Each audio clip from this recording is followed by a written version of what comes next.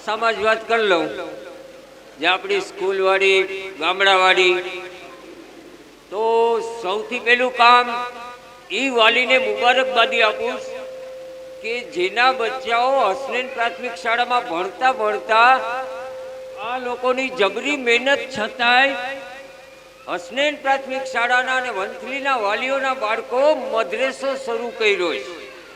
એણે કર્યો છે. હસનેન પ્રાથમિક શાળાના બાળકો દ્વારા મદ્રેસો શરૂ થયો, જે બંધ હતો, જે કંઈ થયું એની આમે નથી જતા આપણે. પણ અમારા બચ્ચાની નિયત છે, જે હસનેનમાં ભણે છે એ બચ્ચાઓની નિયત છે કે આ મદ્રેસો ચાલુ થઈ જાય.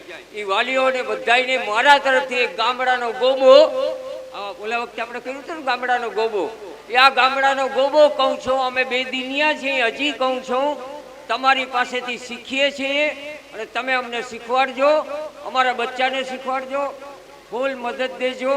આ બચ્ચા બીજો શબ્દ નથી મારી આગળ. હું ક્લાસમાં હોઉં છું, મને ખબર છે.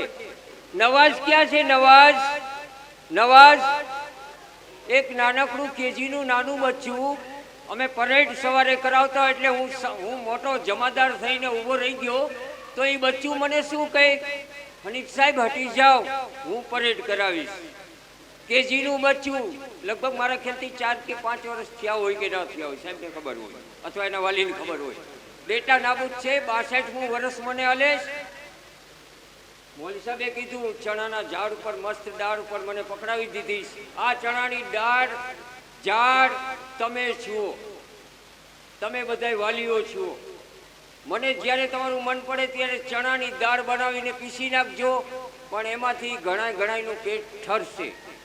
કંઈ પણ આગળ પાછળ અમારા બાળકોથી, લાઇટવાળાથી, યા ટ્રસ્ટીઓ તરફથી, યા આલિમો તરફથી કોઈનો વધારાનો ટાઈમ લેવાનો હોય, મીડિયા ટીવીવાળા તો ઓલા આમ કરે જ ને, આપણે આમ કરી લઈએ. હવે લાસ્ટમાં એક બે શબ્દ અમારા ટ્રસ્ટી સાહેબ યુસુફભાઈ કરો, એકાદ શબ્દ